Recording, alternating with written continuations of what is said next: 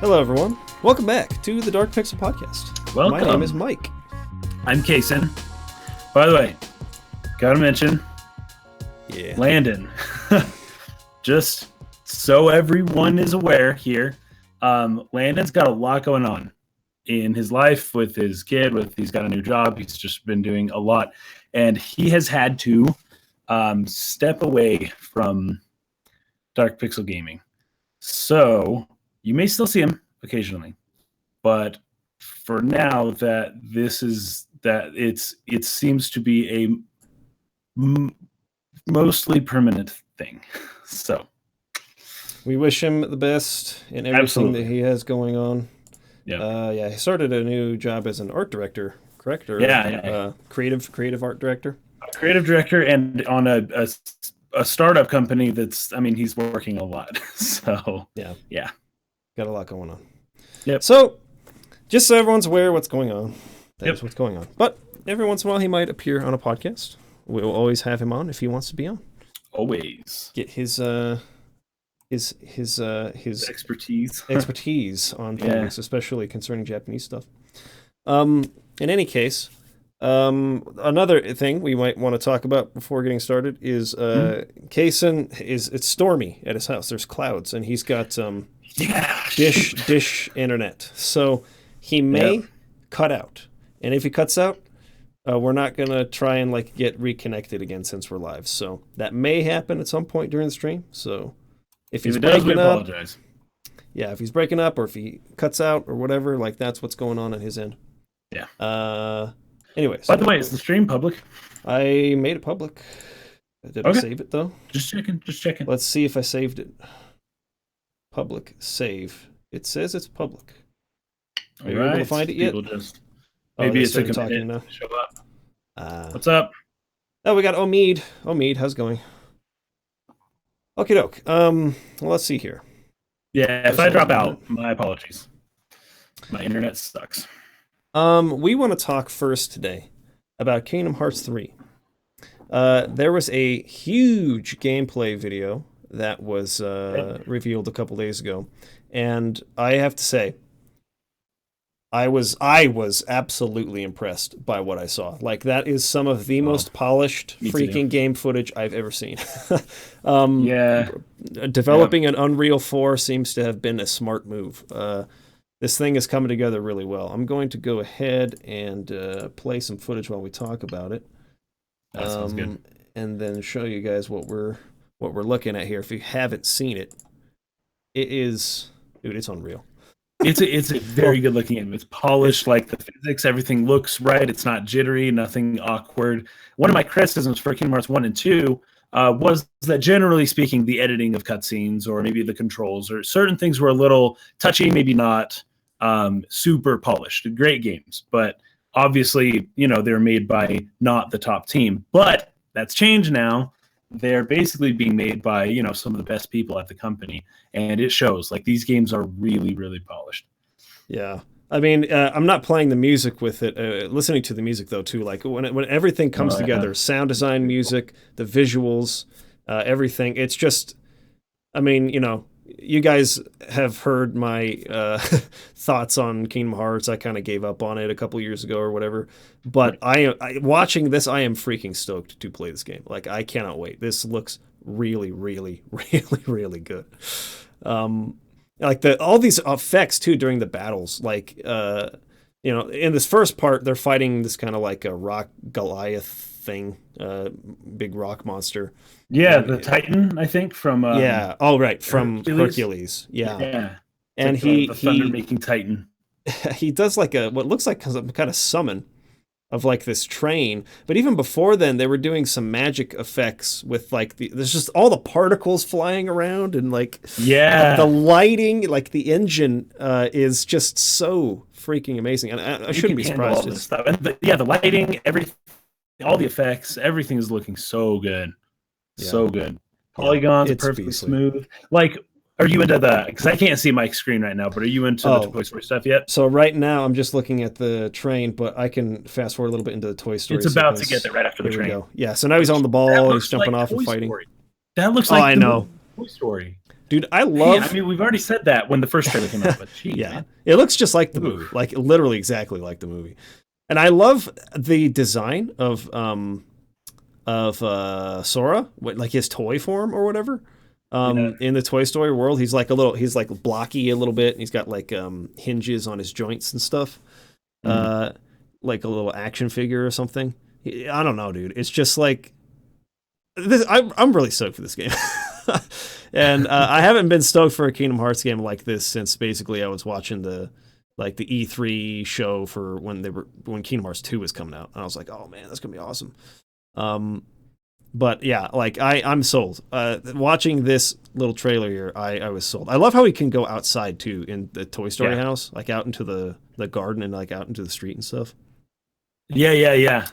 Oh, And it's just perfect. It's perfect. And this one, year too. It's coming this year. I know, and I mean, it definitely looks like it too. It looks like it's a nearly finished game at this Yeah, it point. looks like they're pretty much ready. In fact, a lot of the people that they invited to the event where they showed this trailer, they were advertising it as like you are the first people to play Kingdom Hearts, basically.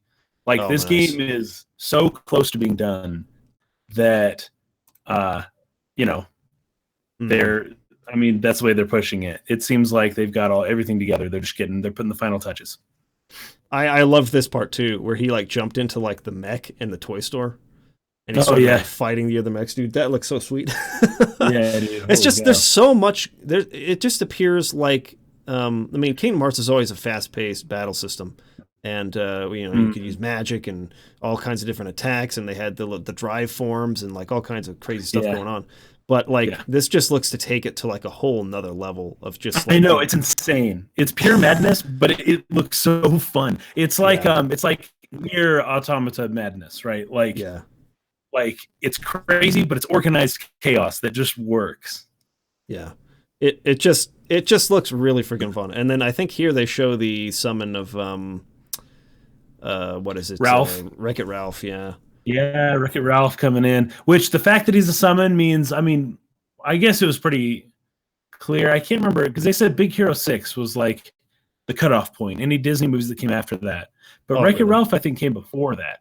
But I don't Hmm. think there's going to be a world for Wreck-It Ralph. I'm pretty sure it's just a summon, and that's all they're doing. But I Oh, guess I don't have any proof there. So yeah. I loved this part too because this was because you said the train, right, that he rides on, that's supposed to be like a Disney ride. And then mm. they have this Yeah, yeah, part where he hops into the little like I don't want to call it. You know the Toy Story ride, the Buzz Lightyear ride at Disneyland, where you sit in the little yeah. Where cart you're and you shooting stuff and you've got the yeah, little that's basically right. what it is. And like all the characters get in, they have little guns and Yeah. they like shoot at stuff. I don't know, just and So the they're incorporating several rides into this. I think that's kind of cool. oh here's the Wreck-It Ralph part over here.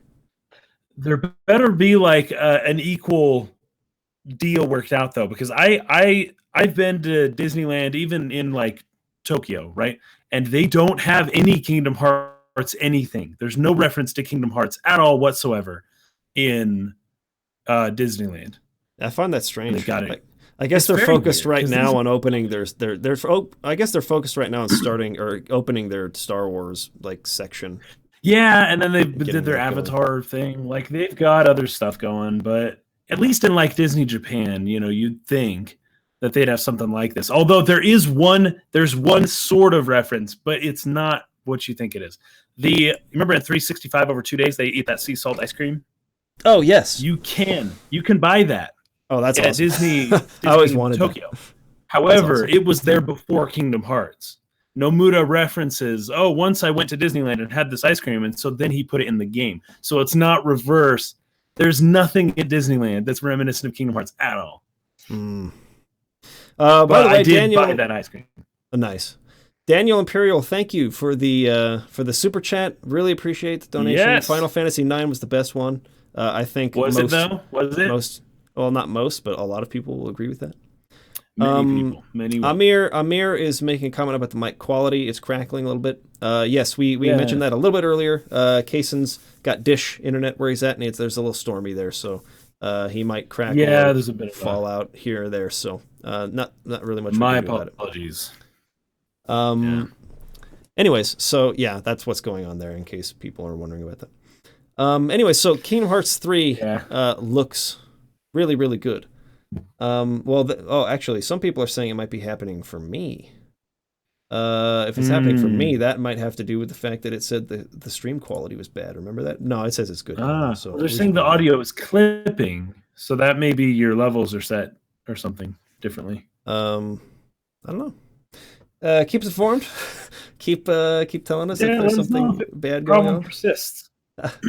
That is the one thing about doing these live is some things you can't kind of Yeah, fix on the fly. Anyways, I could how it fix things is. in post every now and then. Okay, so anyways, I'm really, really excited Oh, for it. but this does make it seem like that a demo will be playable at E3 because they had some type of demo set up that kind of seems to be like what we're watching. Um, that was set up for this event, Hmm. right? And so this will probably, I would be confident in saying this game will probably be playable at E3. Yep. Yep. Well, at this point, with all the stuff they're showing, I would freaking hope there's Yeah. like a really long, awesome demo that people can play, like 15-minute demo or something. Mm. Although at E3, I Yeah. hate demos that run longer than 5 or 10 minutes because those lines get so I know they're stupidly like long. 3 hour lines. It's ridiculous. I love And demos that are like 5 minutes long. It's perfect.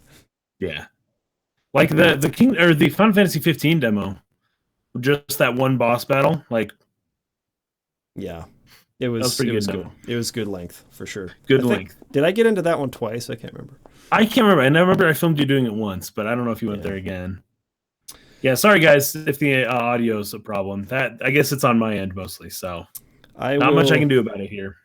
I will see about what maybe we could do about having me come down and filming it in the same location. That might Hmm. make it easier. I'll think about Uh, that. Think about that. Okay. Anyway, not so today. that's what we want to talk about with Kingdom Hearts. Let's move on to our next topic. I want to talk about Chrono Trigger a little bit. Oh So yes. the PC version, the Steam version, was released a few months back. People were really pissed about it for a lot of reasons. The smoothed out graphics, the terrible UI, and a number of other issues. And so they released a patch a little while ago. We covered that when it happened. That Yeah. restored the pixelated look of the game. And now they have a new patch where they've fixed some other things. The first one being the user interface, the UI. So they've changed that to be more in the style of the original. And the font that is used in the game fits with the original font that they use. So everything is looking much, much nicer over the top. They've also added options to go between the UI that they had before or the one they have now. Same with the graphics. You can use the style that they had at launch or the restored pixelated version. It can now be paused during battles. I had no idea that was even a thing before. So apparently you could not pause the game while you were fighting, but now you can. They adjusted the look of the playable characters on the world map to be more in line with the original version of Chrono Trigger. I actually didn't know that this was a thing before, so I'm going to show you guys this as well. Here, I'm going to go ahead and switch to the display. It still doesn't look exactly like the original version. They've changed it a little bit. His sprite here. It's a little bit taller, a little bit more detailed than the original world map sprite for the character. I kind of like it. I mean, it doesn't bother me, but apparently this has been updated from what they had before. So I have no idea what they had before. But obviously people complained about it, but I kind of like this one. It's a little bit more detailed than, like I said, the one even in the original game, but it still has the same sort of like feel to it. So that's kind of cool. And as you can see, the graphics have been restored. Here's what the user interface looks like now. A lot better. Lot better. This is actually to the point now where I would consider buying it. At release, it was I would never have done that, but now it's looking pretty good. And then in battles, if I can get into show a battle off here, they also appear to have added a little like health and ATB bar like above the character or below the characters on the map, so it's not just in the UI. But they have it like also below the character there you can see. Some people are complaining that doesn't really fit with like the look and feel of the UI, but I do like that they have those bars there. I always like it when you have like a health bar that's displayed and you see it like slowly going down or whatever. You see the ATB bar like filling back up. So in any case, they've done some good work on this. This is looking much improved over what we had at launch, and there's still a third patch coming up. So I'm feeling that by the time they've completed all of their patches, this is going to be a really excellent version of the game to buy. And I'm already convinced that I want this now.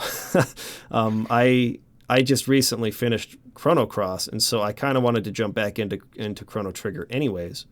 Here's the menus. Yeah, they really did a good job, I feel like, with the changes they've made in these patches. So I wish they would do this now for Final Fantasy VI and Final Fantasy V. Don't know why those games can't get the same treatment. What are the odds? Really cool. What are the odds that this whole Project Octopath thing was just like a test run to see if they could remake Chrono Trigger, Final Fantasy VI in that art style? I don't know. I don't know. I know that. I mean, we've talked about Saga. What was it? Romancing Saga 2 that they released on the Switch. That was a really excellent kind of like HD update remaster of that game. Octopath Traveler is a new game that's done kind of in a pixelated style that looks freaking fantastic in HD. And so yeah, like I don't know. And now that they've gone through this much work with Chrono Trigger, I just really freaking hope that people will demand it also for Final Fantasy VI, because Final Fantasy VI PC version is freaking horrible. Well, maybe we should lead the charge on that. We should be the ones that start demanding it. So everyone tweet at Square Enix and add us in the tweet. We need a hashtag, though. We need a clever hashtag. What should the hashtag be? Suggest us some hashtags, people. Yeah, suggest us some hashtags to get Square Enix attention to do this to Final Fantasy VI. Nice. The 3D remake of 4 has not aged well. I disagree. Sorry, I just read that random one. Oh, the 3D remake of 4. I guess talking about how maybe certain remakes. Anyways, I disagree. I think it's polygonal, but it still looks fine. Yeah. I think that I understand why people don't like the graphics. Like, I totally get it. I don't hate them personally, but I get why people don't like them. But I love that version for the voice acting. the voice acting is just really cool. Good. It's one of the few games that are kind of smaller scale like that for JRPGs that have like actually legitimately good voice acting in it. And so I really like that version for that reason. And the cinematic cutscenes are nice too. It would be cool if they offered a version of the PSP collection, the one that came out, I think it was the most recent Final Fantasy IV remake, really, that they've done. That was done in the pixel art style, but sort of like HD, kind of like we're talking about with this look of Octopath and Chrono Trigger and Romancing Saga. But if they had a version like that had some voice acting, but you would still miss the cinematics, and that was one of the coolest parts of the FF4 remake is when you see Cecil walking down the hall and it's sort of tracking with him, and then it cuts to the reverse of Kane walking down the hall and it's tracking with him, and then it just kind of goes back and forth, and they're all like stone-faced, like walking, and they meet in the center. And then and then Kane, anyways, it's just really good. It's really well executed cinematically too. It's not just anyways. So yeah, I agree. I like the remake of 4 in 3D. But yeah, if they do, they got to be doing something to Final Fantasy 6 because they've just kind of been sitting on it for too long. Doesn't get enough love. Yep. So anyways, Chrono Trigger looking good on PC. Starting to look like something you might want to buy. Yep. I didn't put this in the description or anything, but I forgot that they had an update to Octopath Traveler as well. So let's go ahead and show off some of that real quick. They announced the final 2 characters. Yeah, all 8 their characters are kind of outlined now. Cyrus is the first. He's like a scholar, and his little, what do they call it? His thing that he does. What do they call it? His skill. Skill, yeah. He Well, is he called mentioned there's a scrutinize. difference between talents and in the video. Oh, well, one path of the other action. videos. They call him Yeah. path actions, and it's Path scrutinize. action. So basically, he can like get more information out of people. Basically, this trailer, and then the second one here is Ophelia, I think, the cleric. Yeah, and her path action is guide, right? But this basically confirms that basically the path actions, there are really only 4. It's just that 4 characters have it one slightly different way. Yeah, like the renegade rogue idea. Exactly. Right? Here's what's funny though, is that like one of the girls, her talent is that she's really good at buying things. I don't get it. But yeah, the merchant. She purchases stuff. And if you want stuff otherwise, you got to steal it. But she's the only one who can buy things, apparently. Yeah. And then you have Ophelia here who guides, but then what was her name? Priscilla?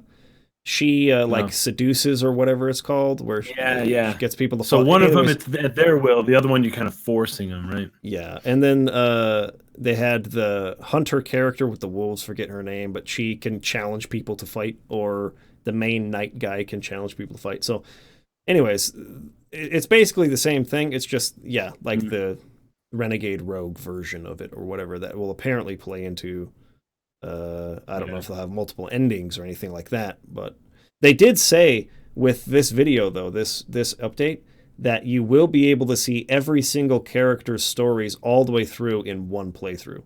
So it's not quite the same. You can see all the cutscenes, Yeah, it's not quite the same as the closest equivalent to this game that I can think of, which is Seiken Densetsu 3, where basically you pick 3 characters on a playthrough, and then you just see those 3 characters' stories. Yeah, and then you need to pick up others. Right, you replay it to see the others. Some of them, like I think there's only 3 final bosses in the game, so it's like you'll end up fighting. Like it's kind of the same thing. It's split between the 6 characters in total in Seiken Densetsu 3. For 2 of them in pairs, they have like a final boss if you choose them as your like main character or whatever. But in any case, this game allows you to see each character's story all the way through to the end on one playthrough, which I really like. I think that's a good. I think that's great. Feature. Which makes me think that there's no like option. Like these 8 characters are all, you have options as to who you put in your party, but these characters are all like, it's all just part of the story. You can't like miss one or something. They're all there. Yeah. Okay, so that's Octopath. It's looking great. Coming out in is it June? Is it next month? July 13th, I think. Oh, July. Okay, so we got a couple months still. Man, yeah, that game looks very polished as well. Buy for me. Yeah, very polished. So I mean, if they're continuing to work on it, I mean, I'm thinking that game's going to be just really, really stellar when it's released. Yeah, Square Enix, man, they're stepping up this year, it seems. Yep. But I really have a theory that Project Octopath thing is like they're just testing it just to see if they can make Final Fantasy VI in that style. That would be really cool if they did a remake of 6, like a proper remake of 6, but it was still done in like a pixel art style. That'd be sweet.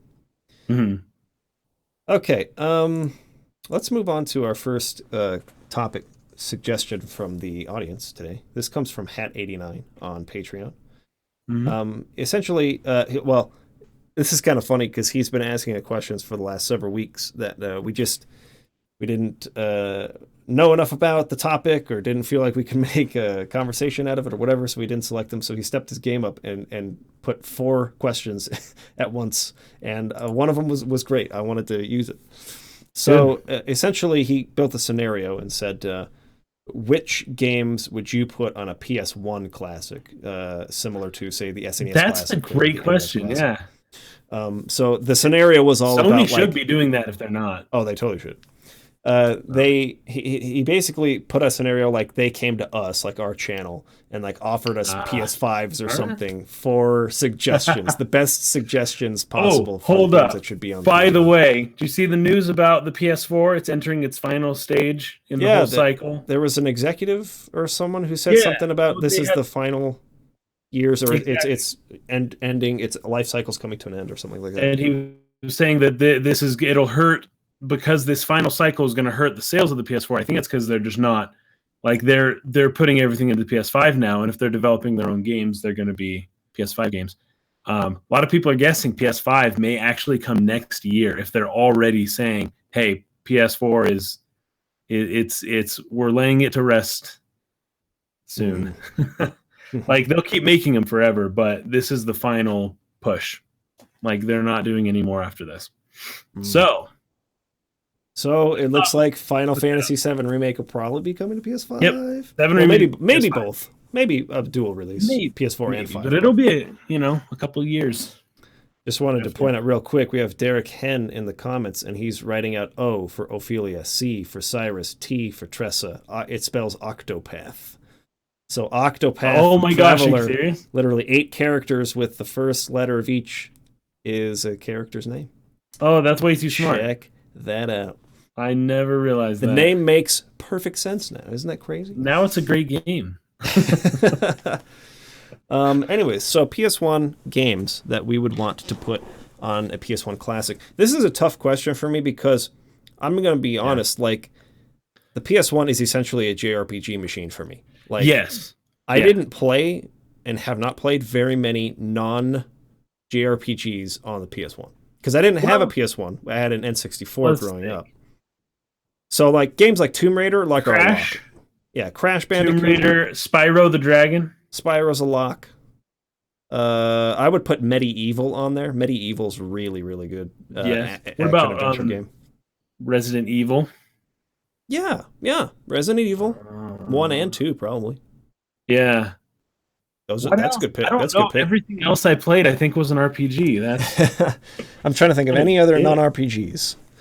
Hit us up in the comments if you guys have suggestions but if we're gonna name the RPGs now, I mean obviously the 3 Final Fantasies, 7, 8, and 9, Chrono Cross, Xenogears for sure.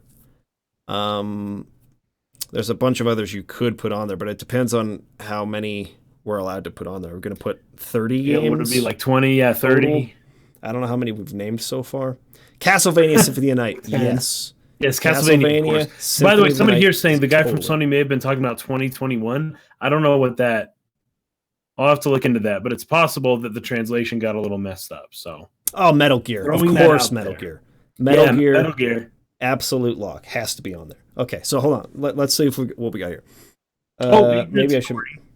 Vagrant Story would be a very good idea. Brave Fencer Musashi is really good. Silent Hill. Yeah. Oh my goodness. Silent Hill 1 and 2. Final Fantasy Tactics, of course.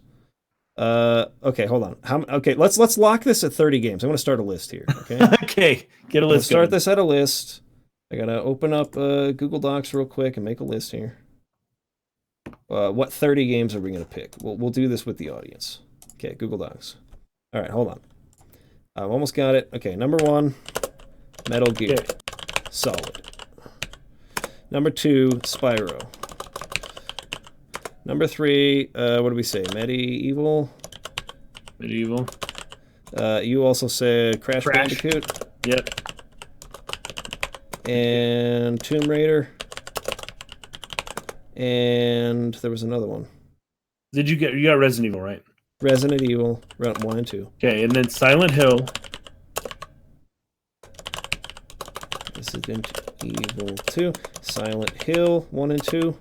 Yeah, Brave Fencer Musashi. Brave Fencer Musashi. Okay, let's get our RPGs in there. Final Fantasy 7, Final Fantasy 8, F9, Final Fantasy Tactics, Chrono Cross, Xenogears. Okay, well that's 16. Gran Turismo. That probably for good measure. We should put that on. Gran Turismo is definitely one. Turismo. Some fighting games. Weren't there some good fighting games Well, there was like Virtua Fighter, but I don't know that was Was a that great game. was that? I don't know if it was either. Maybe Tekken though. Yeah. Let's see. Did you That's get 18. Suikoden? Oh, Suikoden 1 and 2. Yes. Throw that in there, absolutely. Someone's got Valkyrie Profile and Legend of Dragoon. King Me Jumpman said Pokemon. Valkyrie Profile. Valkyrie Profile, and what was the next one? Legend of Dragoon. Legend of Dragoon, yes. Then people are saying Twisted Metal. Oh, Twisted Metal for sure. For sure. Okay, that's 23. Oh, and apparently Silent Hill 2 was only on the PS2. Oh, it was on PS2? Yeah. Oh, well, never mind then. We opened up a slot. But we got some Tekken coming. And then Tail Concerto, but I've never heard of that. I don't know if I put that never on heard of. No, Onimusha. Onimusha's a good pick. Rampage? I played Rampage for the Game Boy Advanced, I think. I don't know. It wasn't Rampage also a Super Nintendo game? I think it was. They may have put one on the PS1, though. Wild Arms, getting that. Yeah, Wild Arms. Dragon Quest. You've got to throw some Dragon Quest on there. Dragon Quest 7? Yeah. Legacy of Kain. Legacy of Kain. That's a good one. And then did you put Symphony of the Night? Oh, yeah. Castlevania. Castlevania. Somebody here saying Tenchu. The Night. Tenchu? Oh, okay. For now. I feel like we're stretching a little bit now, but that's partly because... Oh, Rayman. Yeah, Rayman was classic. Yep. Rayman's classic, Sony. Okay. That gives us 29. Reaver? Soul Reaver. Yes. Okay. So that's 30 games. If anyone has good suggestions that I can replace... Legend of Legaia, I think, is a little too... It's weird. It's a bit of a stretch. Good game, but a bit of a stretch. Niche, yeah. A little bit of a stretch. For like a... What do you call it? A more... I don't know what I'm trying to say. Anyways, this is for casuals to buy, right? Tony Hawk's Pro Skater. Oh, dude. Pro Skater 2 was good, but I never played Pro Skater for the PS1. That actually might be better than Tenchu. Tony Hawk Pro Skater, totally. Yeah, just for good measure. We should, Diablo. We should probably tweet this list to Square Enix also, just to get them on our on the radar. Okay, hold up. So I've got... I'm going to switch to my display again. This is what I got. Maybe. I got Metal Gear Solid, Spyro. Parasite Eve. This is not how you spell medieval. I just don't remember how. Crash Bandicoot, Tomb Raider, Resident Evil 1 and 2, Silent Hill 1, Brave Fencer, Musashi, FF7, 8, 9, Final Fantasy Tactics, Chrono Cross, Xenogears, Gran Turismo, Tekken, Suikoden 1 and 2, Valkyrie Profile, Legend of Dragoon, Twisted Metal, Onimusha, Wild Arms, Dragon Quest 7, Legacy of Kain, Castlevania, Symphony of the Night, Tony Hawk Pro Skater, Rayman, Soul Reaver. 30 games. I'm still seeing some like Parasite Eve and Breath of Fire and some other games that maybe could be on there too. I would replace, personally, on Onimusha with like a Breath of Fire 3 or 4 or something. Bubsy? We're not putting Bubsy on this list. No, I'm sorry. And then Cartia also, but I never played Cartia. I know you Fire 3. I don't know what you thought about Cartia. Or 4. 3 or 4, that's debatable. Maybe we'll put them both. Breath of Fire 3 and 4. And if we do that, we're at 31. So now we got to take... Well, no. Theoretically, we'll just have 31 games. Okay, that's 31. Our list. We'll just put it at 31. This is a good list. It's a good list. I would buy that. I wonder if Sony can make it happen. See, that's the funny thing about Nintendo making their little classics is that they are the primary developer of most of the games.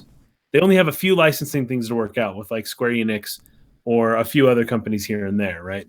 Rare or whatever. But with Sony, it's almost all of these games we listed are third-party games. So they've got a lot of licensing stuff to work through if they want to make the PS1 classic. That's actually a very good point. And he put that as a caveat in his suggestion. He was like, don't worry, we've already taken care of all the licensing for every game. We've already so you can put whatever you want on there. That's funny. But that would be, I think, a big issue for Sony to do classic consoles like Nintendo's doing, is that at least early on, they don't have quite the large number, the library of first party games that Nintendo does, and so it would be difficult to work through licensing, but maybe not too bad. Okay, so that is what we would pick. Thank you for the suggestion, Hat. Appreciate it. Next one comes from Jeff Caruso. Which game needs an HD remaster or remake? I'd love to see Super Mario 64 with today's graphics and camera controls. Skyward Sword with Joy-Cons would be a vast improvement over the Wii Motion Plus. What do you think? Which game needs to be remastered or remade in HD? Mario 64 is a great answer. I think so too. That's it could use updated camera for sure. Absolutely. Most N64 games could use an updated camera. Like yes. I loved the 3DS versions of GoldenEye sort of had a remake, but well, on the Wii it's not technically HD, but GoldenEye did have a remake on the Wii. Yeah, sort of. What was I going to say? Oh, yeah, the 3DS versions of Ocarina of Time and Majora's Mask I thought were really good. Like, I prefer to play those versions, but they're not in HD. So it'd be really nice, like Twilight Princess and Wind Waker got on the Wii U, if, by the way, those should be ported to the freaking Switch ASAP. Absolutely. But if they got an HD remaster for those two as well, based on the 3DS versions, but just HD, right? Like basically just port the 3DS versions to the Switch or something like that. That would be really cool. But I think that would be cool. A game that hasn't been remastered that needs to be. Break Spirit, thank you very much. Oh, you are one of the greatest humans in the world. Just saying. Wow. Break Spirit. You didn't even have some soapbox message. You just want to say you love us. Well, we love you too. Break Spirit, really, really appreciate it, man. From the bottom of my heart, that means a lot to me. Thank you for the support. Huge. Super, super, super huge thanks. Somebody's saying Ocarina of Time in Breath of the Wild's engine. Yeah, that could be sweet. Very interesting. Very interesting. That'd be very cool. Let's see though. I said this in my my Xenogears review because Xenogears was very unfortunately and very quickly rushed at the end of its development, and the director had to fight to just allow the team to finish the story, even as rushed as it was on disc 2. Just a bunch of like explaining that they went through this dungeon and just like all through text, like as rushed as that was. That game, above all others I've ever played, I want to see that remade with the proper care and attention given to it and finished and completed the way that it was seen, originally seen. So I would love to see Xenogears remastered or remade and with added content on disc 2 to at least the disc 2 section, so to like finish it. That would be my answer for that. Although Skyward Sword with Joy-Cons would be really cool too, I will say. Gosh, I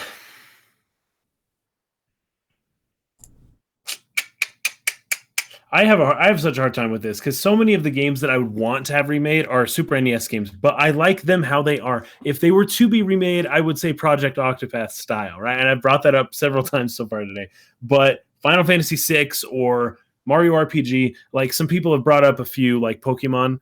I agree those would be really cool. However, I don't want them to be remade in a way that they probably would be remade, which is a very disappointing way. Like I want to make sure that they maintain the feel they were going for, and I feel like Project Octopath's visuals kind of give that. They give you a respect and reverence for the original while also adding in effects and depth of field and cool other things to make it feel new and fresh, right? So with that caveat, I would say probably something like Pokemon or Final Fantasy VI.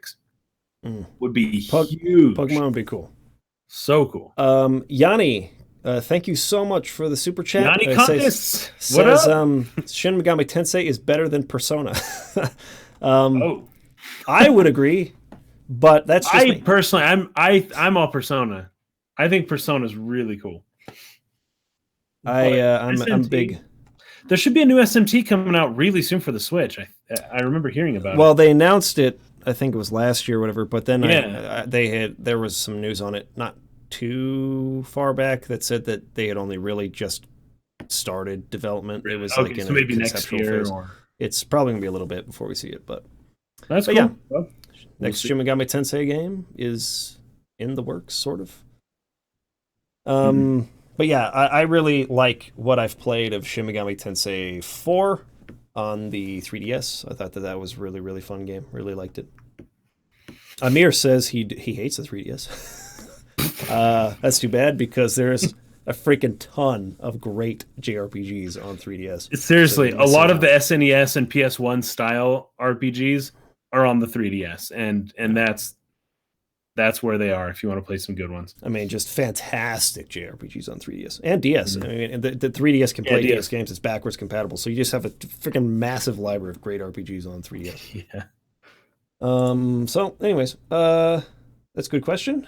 Thank you very much, Jeff absolutely. Caruso. Man, Pokemon remade with like super modern. I think that's it. That's my answer. Is Pokemon. Pokemon, All the other ones, leave them how they are. But Pokemon, I'm okay with them changing the the pixelated the aesthetic. look. Yeah, Maybe you'll get your wish in Let's Go Pikachu. I hear. No, we'll see. But I've heard that with Let's Go Pikachu, they're only doing the first 150 Pokemon with whatever that game is, which I don't think anyone knows It's yet. gotta be a remake of the It's original only the one. original, and if it is, that would be so cool. But I don't know. Who knows? Probably hope for a little too much there. Okay, let's move on to Brian Gillis, who asks, "Why are JRPGs released so much later outside of Japan? It seems obvious to me that long Hmm. gaps between Japanese and worldwide releases of games dilutes the hype, and thus Yeah. likely the reception of sales of games. But this is still the norm for most JRPGs. Why do you think that is? Are Japanese companies just being overly cautious?" Um, it's complicated to localize Japanese games. I think that we often Yeah. underestimate how different the languages are and how much time like good localizations take. Um, like It's Persona true. Yeah. 4 or Persona 5 got delayed quite a long time, didn't it? Because it was released in like Yeah. It was like October 7 months. of 2015 or 16 or whatever it was 16. in Japan, and then it It was was like like 6 months March. later. Yeah, Yeah. and they took a lot of time to really nail that localization. And apparently it wasn't Still perfect. doesn't it Well, still doesn't I mean because that's the other part of it too is that yeah. people are so particular about localizations too. And there's been stuff like in Fire Emblem we've criticized in the past with the decisions made by Treehouse or whoever was Yeah. localizing, and so not only is it hard to please people, but the languages are so different from each other and so difficult to translate that it just really takes time to have like a well done localization. For Yeah. instance, um, actually, I'm not sure how much I can say about this. Well, you guys won't care. So I work at Game Tyrant. We're revving up for our second year event of GTX, and essentially, one thing that we're kind of going with the motif is like Japanese anime inspired, and Hmm. so we were trying to do some translations for some of our taglines from last year. One of them was "It's going to be dope." That really like took off with people. People really liked that, and people say that like, "Oh, it's going to be dope." Like it caught on. But we were trying to find a Japanese translation of the phrase "It's going to be dope," and you literally like that you just can't. You cannot directly translate that. You can find something in the wheelhouse that's similar, feels kind of the same, but there is no like direct Japanese translation of like the word dope as we say it, like the slang usage of it. There is one that's more directly for like you know basically the drug, but not for like oh that's going to be awesome that meaning of dope. I think we've lost Case in here. You still there? Nope. I think he dropped out of the call. Darn it. Well, guys, you're with me now. You got Case. I should get Kaysen's face off of there. Okay, it fell over to that. In any case, yeah, it's really tough. It's really tough to bring over Japanese games and localize them. And even when they take a lot of time and they do a decent job with it, people can still be really upset and very nitpicky about what they did.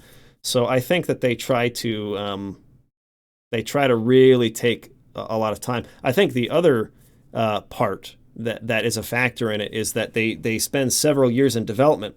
They want to release the game and make some money, bring some revenue in, and then they can sort of like use that in their to basically give themselves some padding so that they can pay for a good localization. Oh, you're back. You came back. Welcome back. Actually lasted longer than I thought I would. So yeah, that was actually, it's true. It was better than I thought it was going to be. Yeah. Basically, what I just said was localizations are freaking hard, and then I said the prospect of selling the game when it's done in Japanese and making some money, you can then reinvest some of that into a better localization. So you delay a few months for the worldwide release or the North American release, but at least you've made some money from your initial sales that you actually have some to budget into making the localization better. I think with what we've seen with like crowdsourcing or with pre-sales, like these companies need that money as soon as possible, and they really would rather not wait even a few months before getting the money that they think they deserve. One of the problems that I see with it though is well, it would be like if your game's gonna be finished and you've got about a 3-month wait at least if we're gonna do like a decent localization. Like if you really want a good one, it should be longer, but at least a 3-month wait.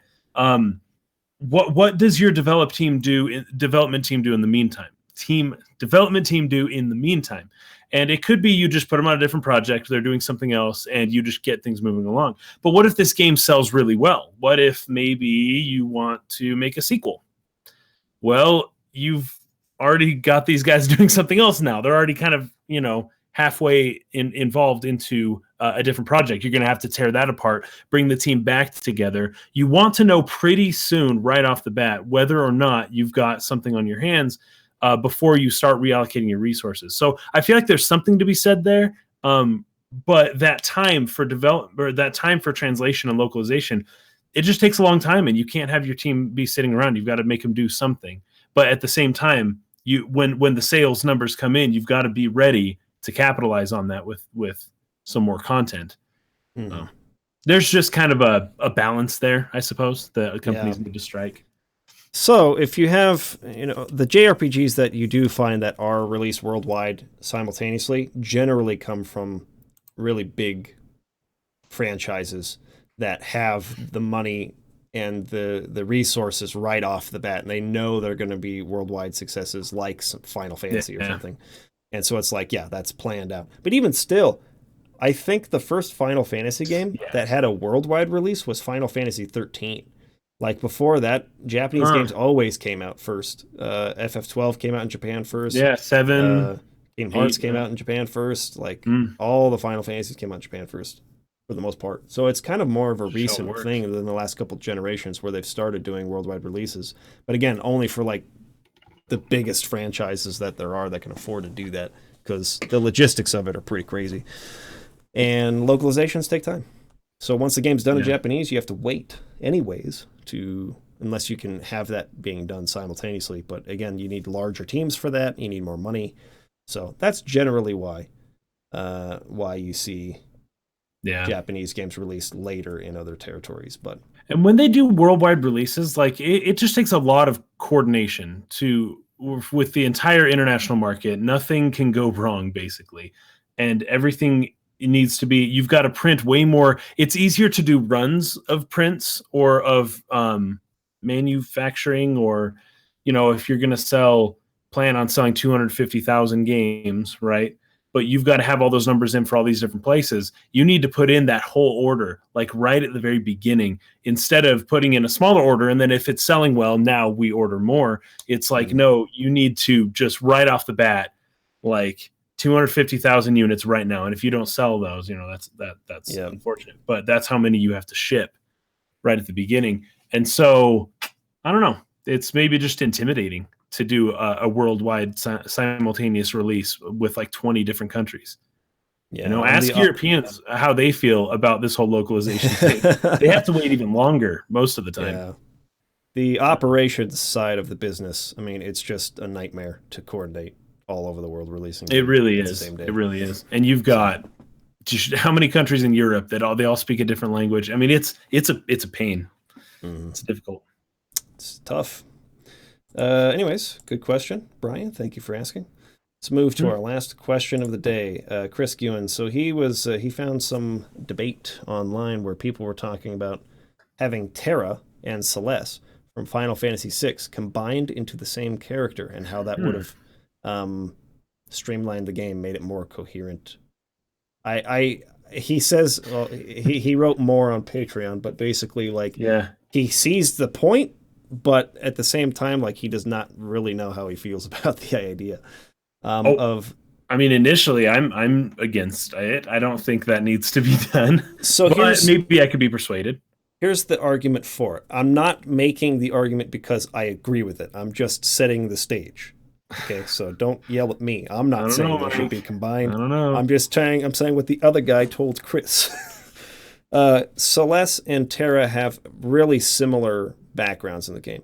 They were Yeah. both used by the Empire for their ability to use magic. Like Yeah. Terra has that naturally, right? But Yeah. Celeste was like the successfully created Magitech Knight. Kefka was the failed one. Um, so they were pawns of the Empire for their magical abilities. They're struggling with identity, trying to find who they are. They both have this thing for Locke, romantically, at least for the first little while for Terra and stuff. And they're making the argument that they go through similar arcs with similar themes. They have similar background already. That those two characters could have been made one character focused on as the central main character, and that it could have made the story a little bit smoother and not had to have the inclusion of an extra character that you have to have seen specifically for and whatnot. Um, Yeah. I don't know. I don't know if it's necessary to combine them. I don't know if it makes the story better personally to combine them. But I can Yeah. see, I guess, what they I can mean see by it. saying Was it that. necessary to separate them? Like, oh well. I mean, the story still kind of works if you combine them. So in that sense, yeah, that can be done. Absolutely. I wouldn't say it should be done. I feel like I feel like there's a lot of value in being able to connect with Tara with her background and Celeste separately, with the stuff that the crap she's got going on. I see value there, but I guess it's not pertinent to the story, and they could very well. I probably if you're gonna say Tara and Celeste could be the same person, there's probably a lot of characters in Final Fantasy VI that you could just kind of combine them, make them all the same person, and just have a way smaller cast that streamlines things, makes things a little more sensical, I suppose. But it's a big game with a big cast, and I don't think there's anything wrong with that. Yeah. I would say absolutely not. While Mm. there might be surface level similarities between Terra and Celeste, their arcs are pretty different when you actually get into the meat of it. Yeah, Um, absolutely. and I think that they're different enough. They have enough differences in what they are personally exploring in the story to where it absolutely justifies them being separate characters. I don't want to dive into too many details and for See, people I who didn't haven't know what I played could it. say either. But yeah, like That wasn't obvious. I see where someone's coming from only if you're looking at the characters like surface level and you're not like really looking into what they go through like later on in the game. Yeah. But no, I think that they have enough interesting things going on that are different between them to justify them being separate characters. So yeah, I Yeah. would not agree with There's whoever it value was at in that point. connecting with them, in their own, like especially with Celeste and some of the scenes maybe towards in the middle. You know I don't what was know. so interesting about six is their entire like idea was like there is going to be no main character, and the people will say, "Oh, Yeah. yeah," they say that, but it's definitely Tara or whatever, right? Because that's kind of who you start Yeah. off with, like her personal Yeah, story. it's who you Sort of first. like there's a very central, pivotal scene in the game in which Yeah. she's involved and things go. Anyways, but it is very interesting to me that Okay, I have to dive into some spoilers here. If you have not played FF6, this is our final question for the podcast today. You can just take off. So Thanks for coming. Love spoiler you. warning. Anyways, it's interesting to me that when you enter the world of Ruin, Celes is the character you're following right off the bat. Like it's her perspective, and she sort of takes over in rounding up all the characters. And Terra during that time kind of just goes and like becomes, she just like rounds up a bunch of orphans and has like a little orphanage thing going on. But she's not being progressive and sort of trying to solve this problem. It's Celes who sort of like is the one who goes out and gathers everyone back together again and leads the charge.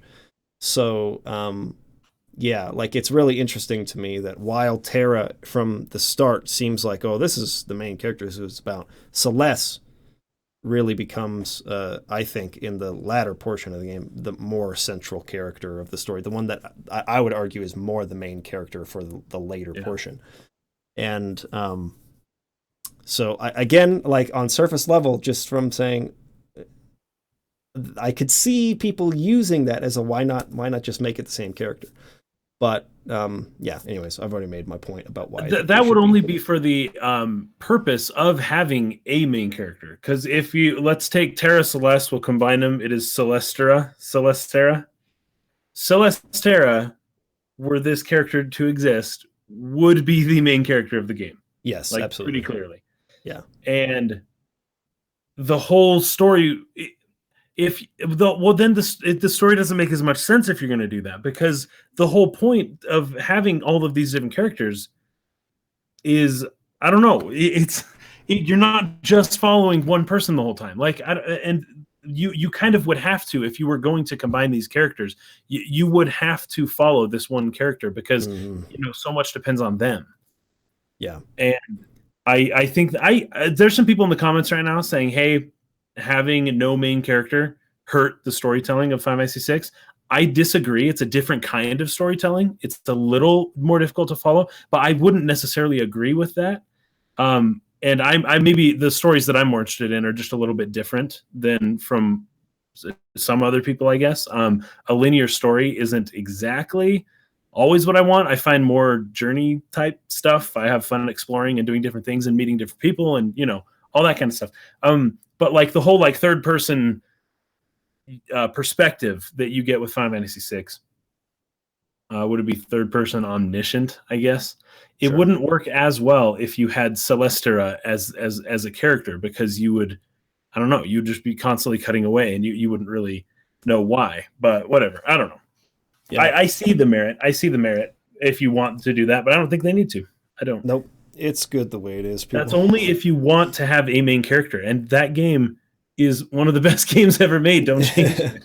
Just don't change it. Just leave it alone. Might make it worse. It's great. It's great. Yeah, so that's our answer. Definitely don't combine them. It's great. Okay.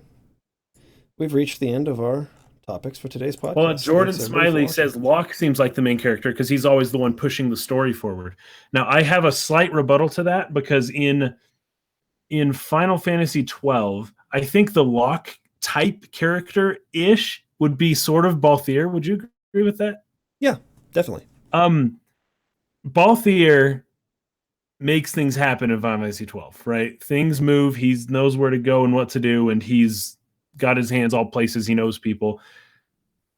And maybe it's not a one-to-one comparison, but the type of character that Locke is, just because he's pushing the story forward, it just doesn't make him the main character. I just wanted to put that forward, I guess. Yeah, I think that's true mostly for the first part of the game, first half of the game, maybe. But I really do think that Celes sort of takes the charge in the second half. So for sure. Even in well, never mind. I haven't seen that in a while. Maybe I'd be wrong about that. Anyways, I got to replay FF6 one of these days. The leading man. Project the leading man. That's true. And actually, it's true. He refers to himself as the leading man. What is your? I'm the lead man. Yeah, because when people think he's going to die, he's like, "I'm not going to die. I'm the lead man." Herpader, thank you for the. Yeah, he's a great character. Thank you for the super chat. Appreciate you. He's a huge contributor to the channel. Always here for the podcast, and always here for the live stream on Friday. donating and supporting us. So thank you, Herpa Derpa. Really appreciate it. Very much so. We got it, fellas. That's it for today. We appreciate you watching. We appreciate your support. The super chats today. Thank you for everyone who donated. Yes, thank you. Thank you very much. Really appreciate it. We will put it to good use. As means a lot. As Hat89 says, now we can afford Final Fantasy 15 Royal Edition. we can now. We can. Well, I guess it's only $50, but anyways, if you were to buy it with all the DLC separately, it'd be more like exactly. That's what they're talking about. That was the joke. Anyways, thanks for watching. We'll be back again on Friday for the Final Fantasy Friday stream, and another Monday video coming up as well. So stay tuned, and we will see you guys again later. Peace out. Peace.